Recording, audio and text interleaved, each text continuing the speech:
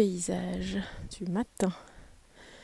Désolée, je risque de vous saouler un peu avec ce paysage, mais franchement, c'est tellement magique.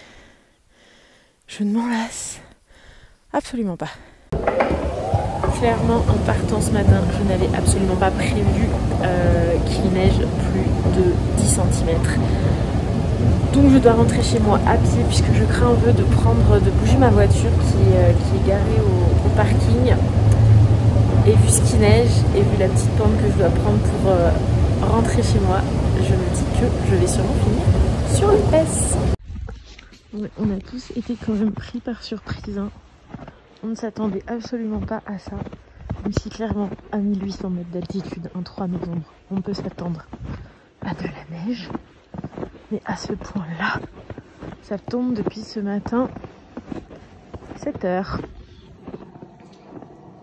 Et ça tombe bien. Nouvelle petite vidéo. J'espère que vous m'entendrez bien. J'ai mon chéri qui est juste là avec le casque sur les oreilles, mais qui du coup tape au clavier. Donc vous risquez peut-être d'entendre des petits clapotis sur le clavier. Cette semaine, j'ai malheureusement pas pu beaucoup vous prendre. Semaine de rentrée en fait, où du coup les mails se sont accumulés et où j'ai eu pas mal de boulot finalement. Du coup là on est samedi après le déjeuner, il doit être 14 h, quelque chose comme ça. J'ai fait quelques petites séquences vidéo dans la semaine puisque nous avons eu de la neige et j'étais comme une gamine quand j'ai vu qu'il neigeait, quand j'ai vu le paysage le lendemain matin. Alors vous avez été nombreuses du coup sur Instagram, parce que forcément j'ai fait une story, vous avez été nombreuses sur Instagram à me dire mais déjà, mais c'est trop tôt. Alors sachez que l'année dernière, il me semble, on a eu de la neige le 27 septembre. Donc c'est pas surprenant pour l'altitude où nous sommes, on est à 1800 mètres d'altitude ici.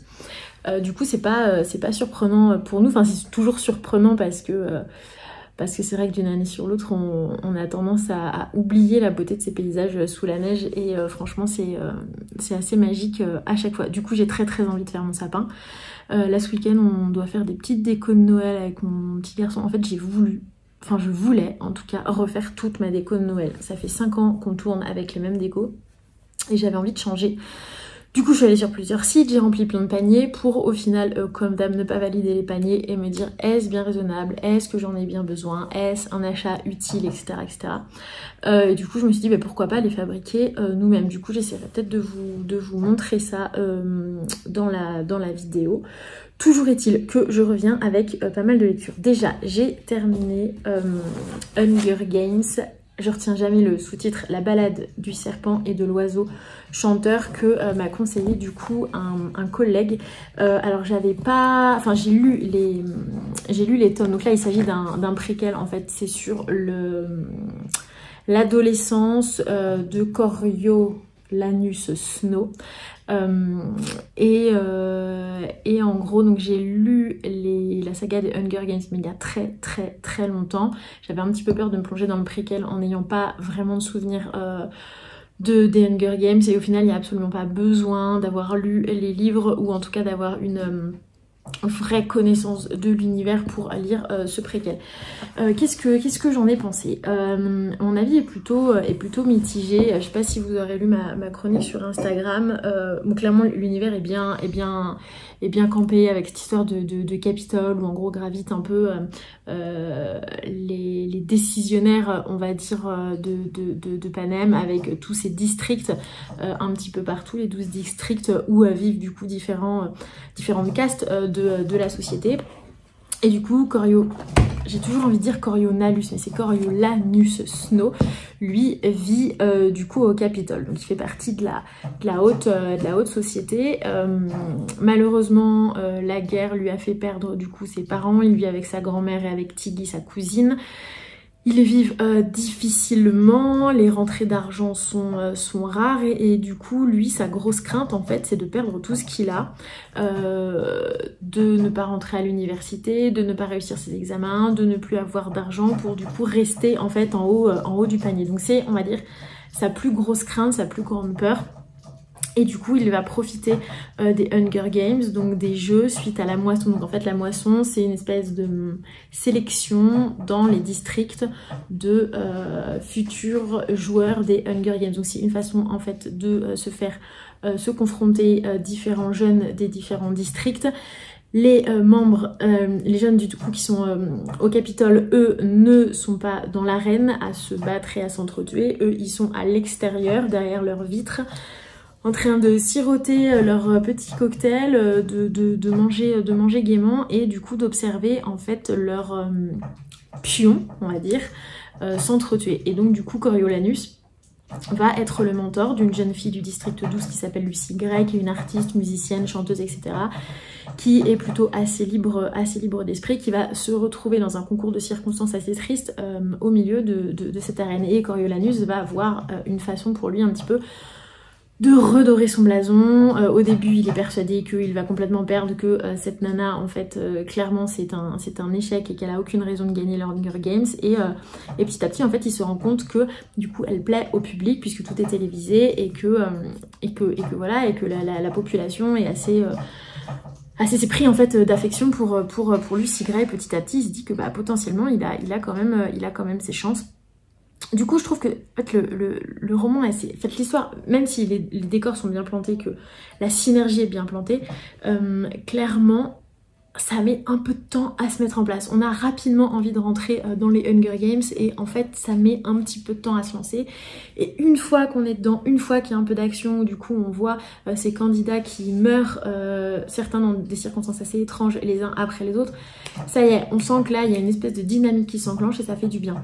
La personnalité de Coriolanus, qui du coup, dans les Hunger Games, donc les tomes précédents et notamment les films, si vous avez vu les films, et du coup, devient le dictateur de Panem.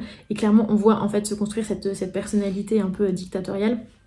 Ou en gros, même si parfois on se dit avec cette Lucy Gray, cette jeune femme assez libre, bien dans ses basques, il va peut-être se laisser habiter par une espèce de solidarité envers les autres districts.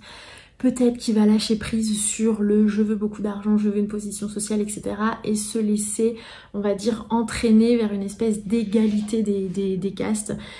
Et en fait, eh ben, malheureusement, on le sait, après, je n'invente rien, puisqu'on le sait après dans les prochains Hunger Games, il va définitivement devenir ce dictateur qu'on connaît.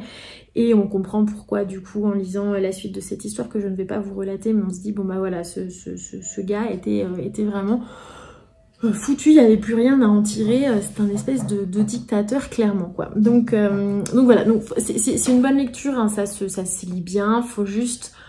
Voilà, être prêt à avoir allez, bien 200 pages, donc presque la moitié du roman, où on est là, allez, là, faut qu'on démarre, quoi. On a envie de démarrer, c'est un petit peu long, mais ça reste une bonne lecture malgré tout.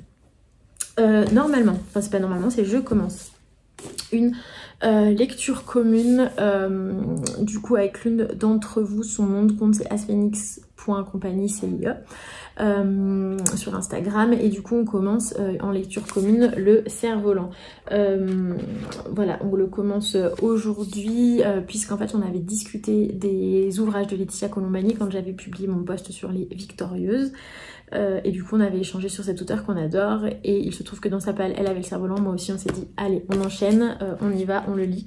Alors pourquoi j'aimerais le lire dans le week-end? Pour la simple et bonne raison que je commence une autre lecture commune avec notamment Sophie du Conte du Café et des Livres. Je la commence lundi et il s'agit du Temps de l'Indulgence de Madhuri Vijay, je crois qu'on prononce comme ça, édité aux éditions Faubourg Marigny, élu meilleur livre de l'année selon le Washington Post. Ah mais pas mal en plus, le Times, Booklist, The Economist, enfin pas mal de quotidiens plutôt renommés. Donc voilà, il est sorti en août 2021, ça fait une éternité que j'ai dans ma palle, j'ai pas encore pris le temps de le lire et là du coup on s'est motivé avec Sophie. Mais en fait je viens de me rendre compte que c'était écrit tout petit. C'est écrit tout petit. Avec quoi je peux vous montrer la différence? C'est écrit tout petit. Oh, j'avais pas remarqué que c'était écrit aussi petit. Ça va faire mal aux yeux ça. Ah ouais, ah c'est dommage qu'ils aient fait une... un calibrage comme ça aussi petit. Bon bref, pour le meilleur livre de l'année, on peut faire le sacrifice des yeux. Je pense que ça vaut le coup. Donc voilà, lecture commune ce week-end avec ça. Lundi, je commence ça. Et du coup, comme j'avais fini Hunger Games, mais que je commençais aujourd'hui Le Cerf-Volant de Laetitia Colombani, je me suis dit, il faut que je prenne un petit livre que j'avais prévu dans ma palle de novembre. Petit livre qui du coup était fait exprès un petit peu... pour voilà se caler entre deux lectures communes comme ça de pavés. Et du coup j'ai commencé hier, si je me souviens bien, d'Hélène Lebris, édité chez Erol Poche. Il s'agit de Marthe qui a une 60aine d'années, qui est atteinte d'Alzheimer précoce, qu'elle appelle Al, donc elle a affectueusement appelé cet Alzheimer Al. Et ça me fait penser à ce film The Father avec Anthony Hopkins qui est sorti au printemps dernier, je crois, que j'ai adoré. Je vous en ai parlé en long, en large, en travers, en story. Je suis allée le voir 2 fois, une fois toute seule, une fois avec mon mec, parce que je voulais absolument qu'il voit ce film. J'ai chialé les 2 fois. Les gens qui m'accompagnaient ont chialé. C'est un film incroyable. Je vais essayer de vous caler. Je vous cale la bande-annonce rapidement parce que franchement, si vous avez moyen, je sais pas, de choper ce film et de le regarder, mais regardez-le. La prestation d'Anthony Hopkins, elle est incroyable. Le travail sur les décors, il est incroyable. Et du coup, c'est l'histoire de cet homme qui est atteint d'Alzheimer. Et on rentre vraiment en immersion dans cette vie de personnes atteintes de cette maladie où il oublie tout, où du coup sa fille rentre, il pense que c'est l'infirmière rentre, il pense que c'est la fille, enfin tous les personnages se mélangent, les décors se mélangent, c'est incroyable. Excusez-moi, j'ai coupé parce que mon chéri a enlevé son casque et ça me perturbe quand il m'entend parler comme ça en vidéo. Du coup voilà, donc The Father, regardez-le, c'est un film incroyable. La prestation d'Anthony Hopkins est mémorable en fait. Je pense que ce film fait partie de mon top 5 des films incroyables à voir au moins une fois dans sa vie. Du coup je vous laisse rapidement avec la bande-annonce et voilà, je vous laisse avec la bande-annonce.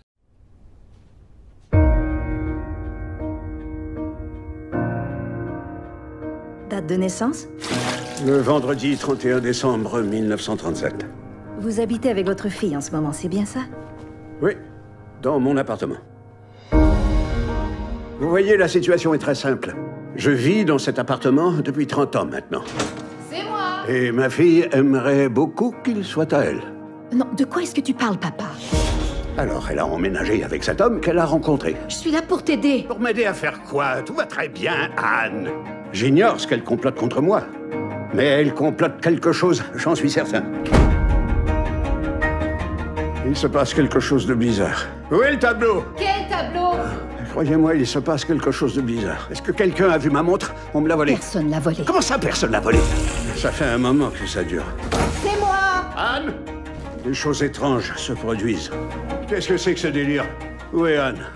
Mais de quoi est-ce que tu parles? Mais où est-elle? Je suis là. Ah. Je n'ai pas besoin que quelqu'un m'aide. Il faut trouver une autre solution, on ne peut pas continuer comme ça. Dis pas ça ici. Je ne quitterai pas mon appartement. Je ne quitterai pas mon appartement. Papa, as-tu pris tes pilules? Je peux vous poser une question? Combien de temps encore comptez-vous rester ici, à gâcher la vie de votre fille?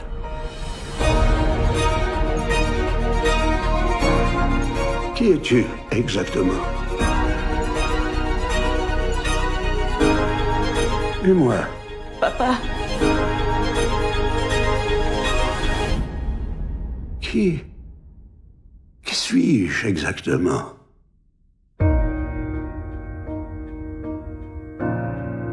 Du coup, on est donc voilà. Donc déjà, j'espère que la bande-annonce vous aura donné envie de regarder ce film.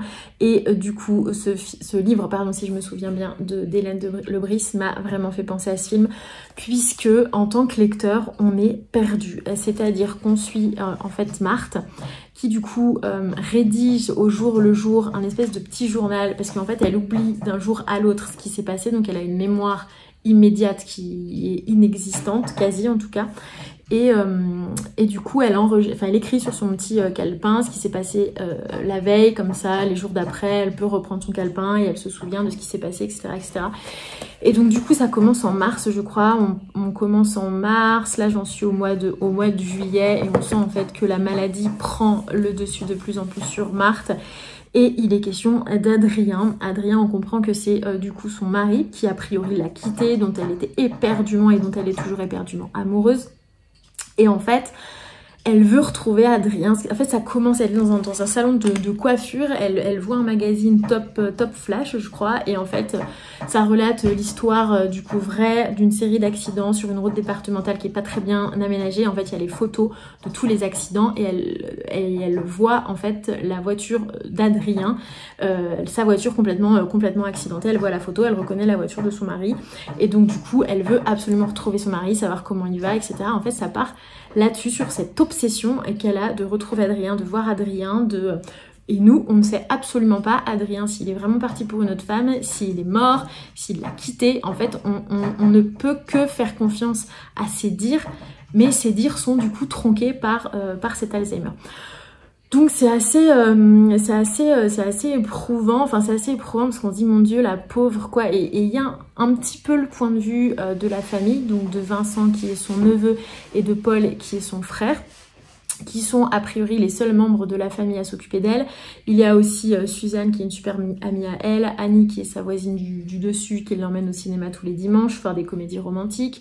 En fait, il y a un petit peu d'humour, mais quand même le gros du sujet, c'est cette maladie très insidieuse qui du coup l'envahit petit à petit et du coup on a mal pour elle. Enfin vraiment on a mal pour elle et ce que j'aime bien c'est que la façon dont c'est écrit, pareil c'est comme ce film The Father, en fait on est en immersion totale dans cet Alzheimer à travers ce journal où elle emploie le je, la première personne, ce qui fait qu'on est vraiment pris dans son histoire et pris avec elle dans cette maladie qui l'arrange. Donc il me reste vraiment mais rien du tout, je pense le finir tout de suite après la vidéo et enclencher avec le cerf-volant.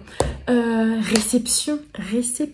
Alors, j'ai déménagé et par chance, j'ai réussi à récupérer des réceptions que j'avais dans mon ancienne boîte aux lettres. Et heureusement, parce qu'il s'agit de ça. J'ai reçu un appel. Et il s'agit du prochain Karen Ponce, sa comédie de Noël. Et j'aurais été trop dégoûtée de passer à côté de cette réception, donc je suis trop contente d'avoir pu le récupérer. Il est sorti le 4 novembre, il me semble. Bon, clairement, je vais me le garder pour... Je vais me le garder 1, 2, 3, 4 pour le mois de décembre, période de Noël, hein, évidemment. Je vais pas lire le résumé, j'ai pas envie de lire le résumé, j'ai pas lu les chroniques des filles qui l'ont déjà lu, j'ai envie de me laisser la surprise de la lecture, et j'ai même coupé le passage, je regardais la vidéo d'Estelle, petite lectrice, et j'ai même coupé le passage où elle le reçoit, où elle lit le résumé, parce que je ne voulais pas écouter cette partie de sa vidéo, donc je ne sais pas de quoi ça parle, mais c'est Karen Ponce, donc forcément ça va bien passer, forcément ça va être chouette. Donc petite réception. Autre réception de ce matin. Je sais pas de quoi il s'agit. Ah mais si. J'ai été contactée du coup par les éditions du Cherche Midi pour recevoir le nouveau roman de Stéphane Carlier. Stéphane Carlier que j'ai découvert grâce à... Alors, est-ce qu'il redonne le titre? Parce que alors... Oui, voilà, c'est ça.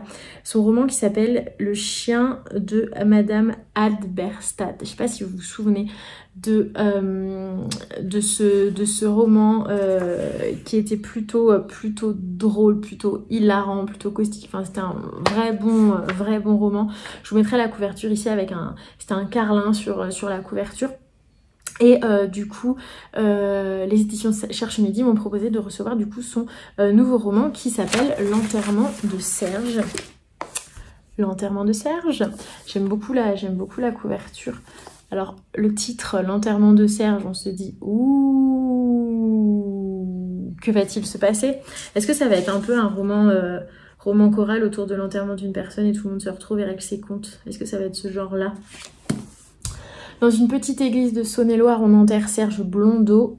et ils ne sont pas nombreux à avoir fait le déplacement. Il y a Gilberte, sa mère, qui s'apprête à faire une annonce importante, Brigitte, sa sœur, qui compte les heures avant son retour en région parisienne, Bernard, son beau-frère, qui aimerait récupérer les 400 francs qu'il a prêtés au défunt en 98, et une poignée d'autres. Il faut dire que Serge n'avait rien d'inspirant. Un homme qui habite un mobil-home et gagne sa vie en conduisant le minibus d'un EHPAD ne peut pas espérer des obsèques grandioses.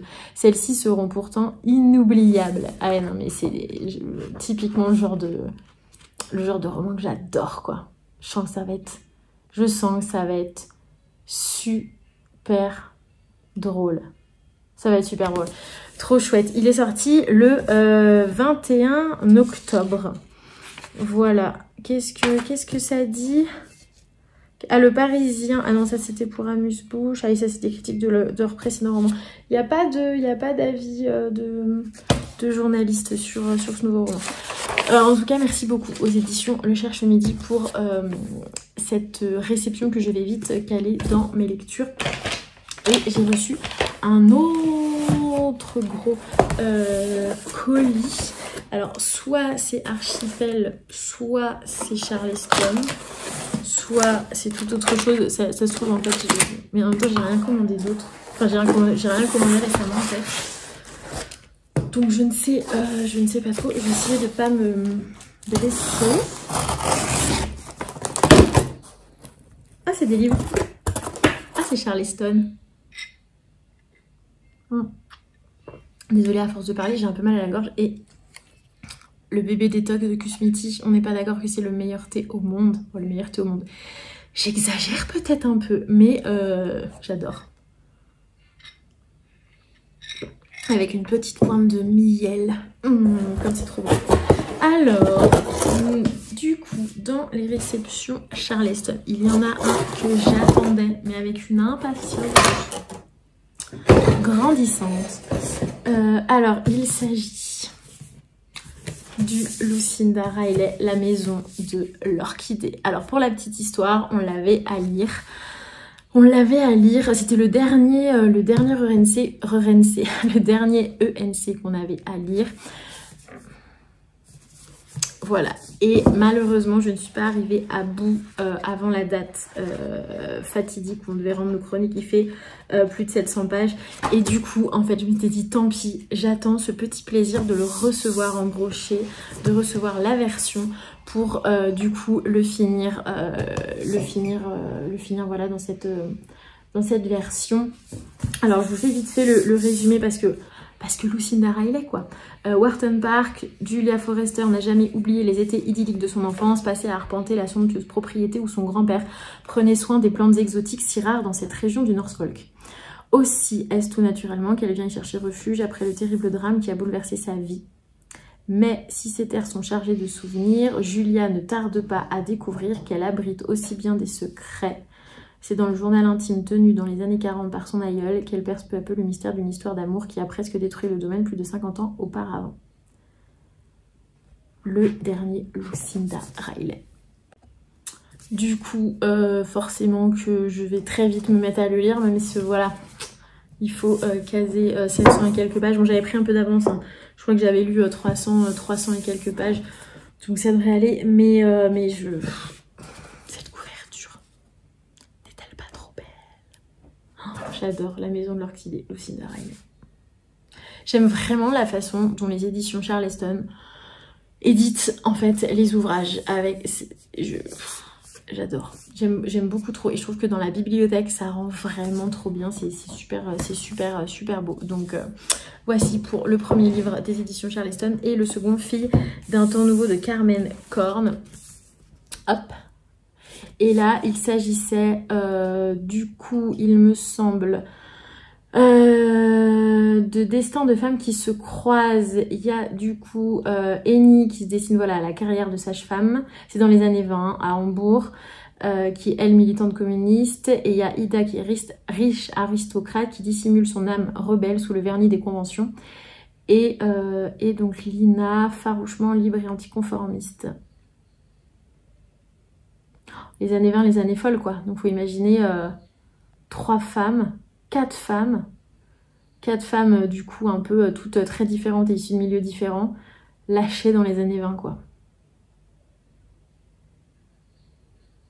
Une fascinante saga où les destins mêlés de 4 jeunes femmes inoubliables dessinent en filigrane l'histoire d'une génération marquée plus qu'aucune autre par un siècle de guerre et de chaos.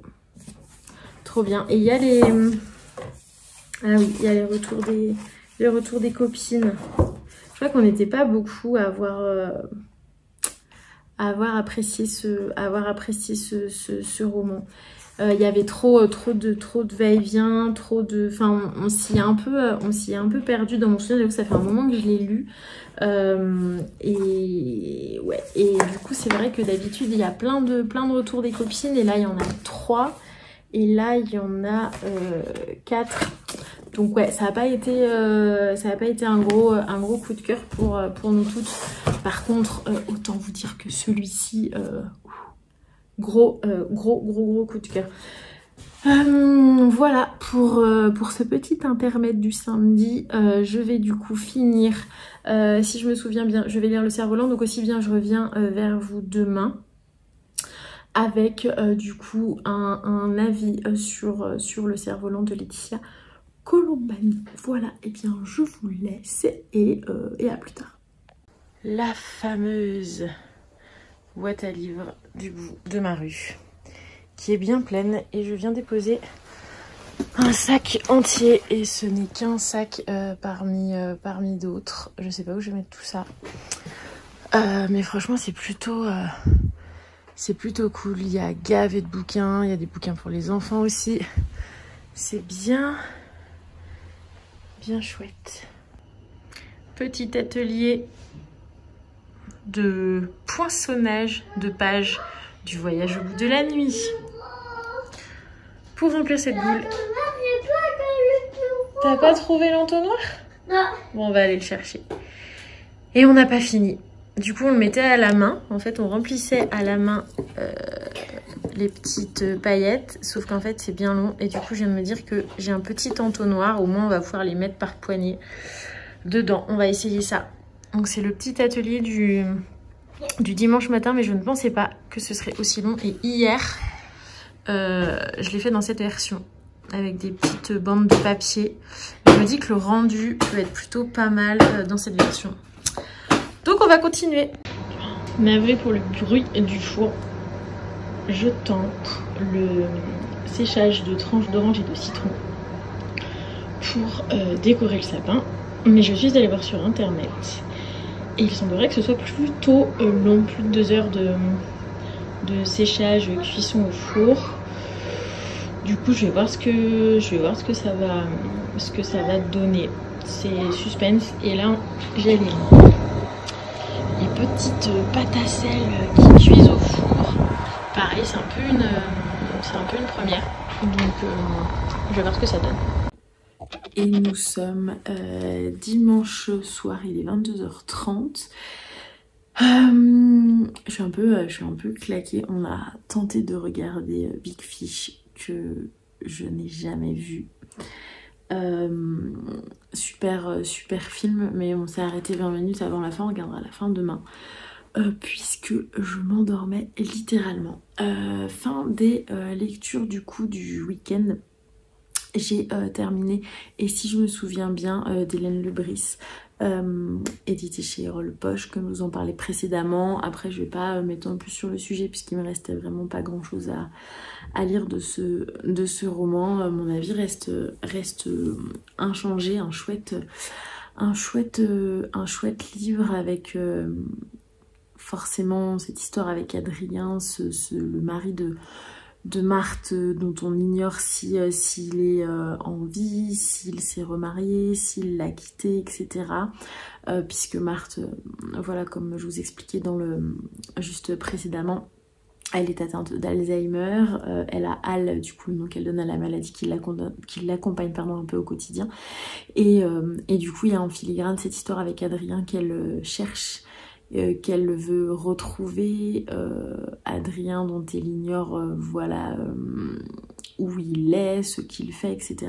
Donc nous lecteurs on peut absolument tout imaginer et forcément vers la fin on apprend du coup ce qui est arrivé à Adrien et c'est plutôt un roman roman tragique, un roman triste, un roman aussi assez saisissant, puisque comme je vous le disais, l'auteur ne traite pas Alzheimer de l'extérieur, mais vraiment depuis le jeu, depuis cette première personne, depuis l'intérieur, ce qui donne un relief assez fou à l'histoire. Donc vraiment, si ce genre de sujet vous intéresse et si le traitement d'Alzheimer dans la littérature vous intéresse, clairement, il faut que vous lisiez ce roman. J'ai du coup en lecture commune avec Anne-Sophie du compte asphénique.compagnie. On lisait du coup en lecture commune ce week-end Le Cerf-Volant de Laetitia Colombani. Alors je sais qu'à l'heure actuelle, malheureusement Anne-Sophie n'a pas pu avancer. Moi je l'ai terminé tout à l'heure.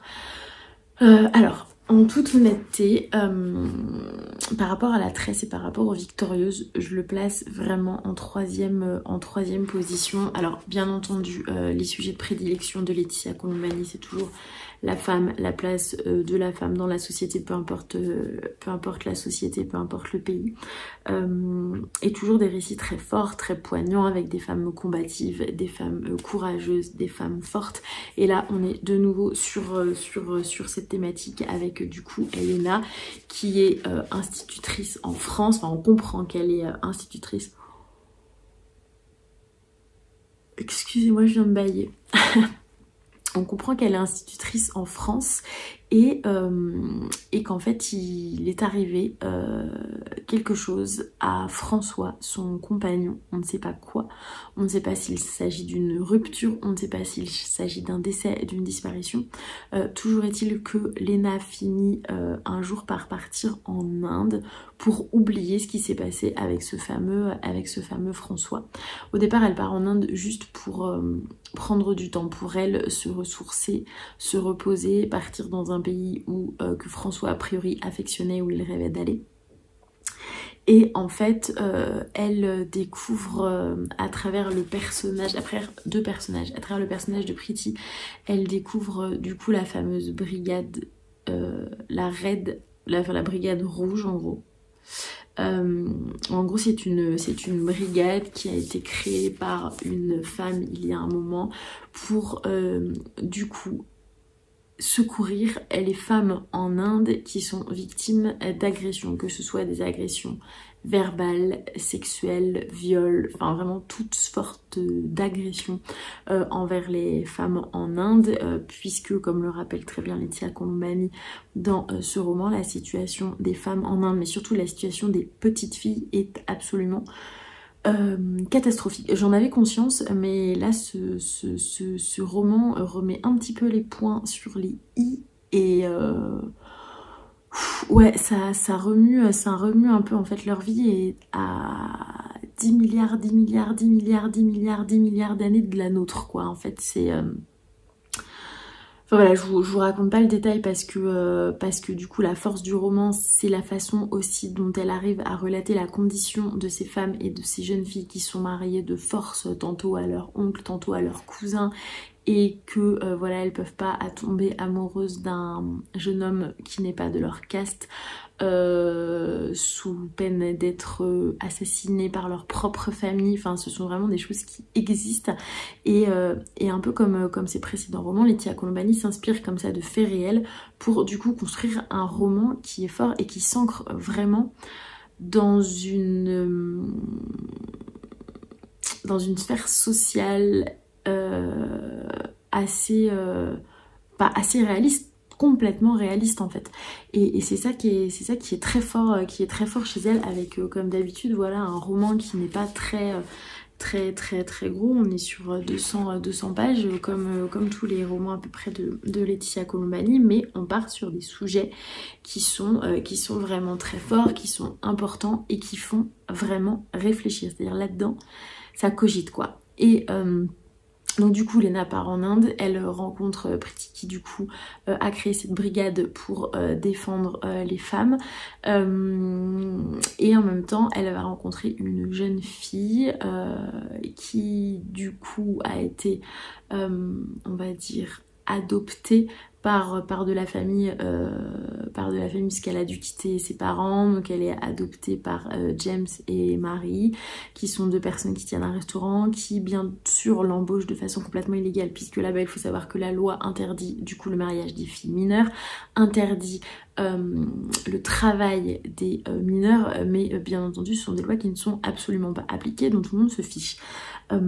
Du coup voilà, elle rencontre cette petite fille qui est embauchée par ce couple, et Elena décide, voilà, sur son temps libre, sur ce temps de vacances, de repos, d'enseigner à cette petite fille qui est muette depuis la séparation avec ses parents l'anglais. Donc ça commence très simplement sur le sable, et voilà, et petit à petit en fait Lena, cette institutrice du coup qui a quitté la Bretagne pour...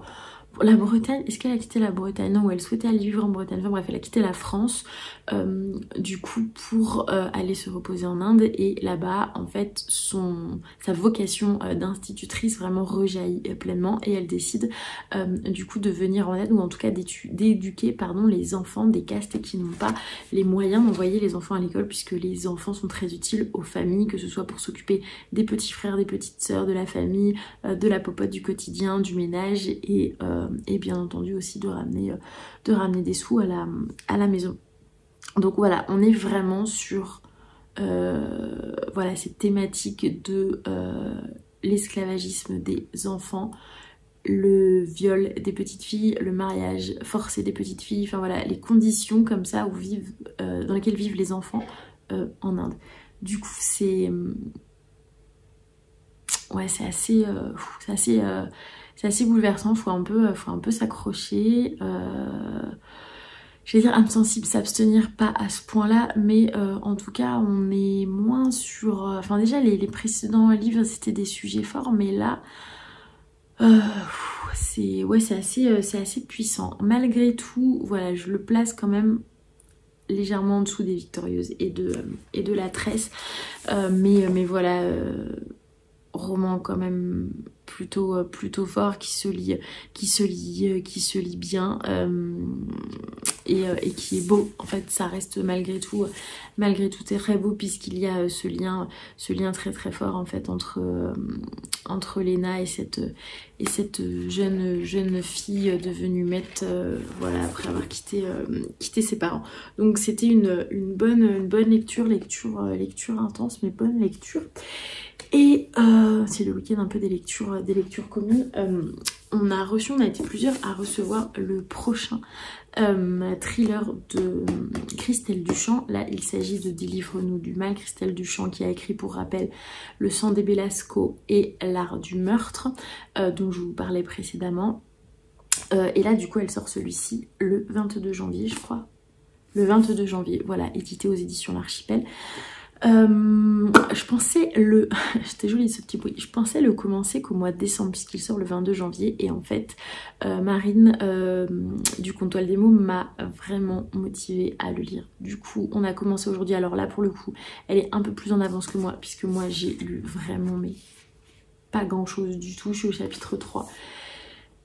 Mais voilà, comme d'hab, Christelle Duchamp arrive en quelques pages à nous prendre complètement, à nous happer, et voilà. Alors je vais pas vous en dire beaucoup plus puisque je n'ai lu que 3 chapitres, mais voilà, donc l'idée en fait, comme j'ai de nouveau une lecture commune qui commence demain, le temps de l'indulgence, avec notamment Sophie du café et des livres, je vais tenter la lecture parallèle du temps de l'indulgence et de celui-ci, parce que clairement ça y est, je suis dedans, donc j'ai pas du tout envie de l'arrêter. Ah oui, mais en fait Marine elle est, parce qu'elle m'a dit tout à l'heure qu'elle était rendue à la 2e partie, 3e partie.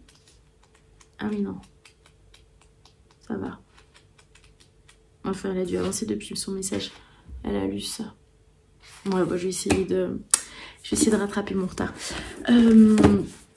Voilà. Alors ce fut une vidéo plutôt courte. Enfin, en tout cas je vous ai pris que 2 fois cette semaine, pour les raisons que j'évoquais précédemment. Je vais, je pense, pouvoir vous prendre un petit peu plus la semaine prochaine.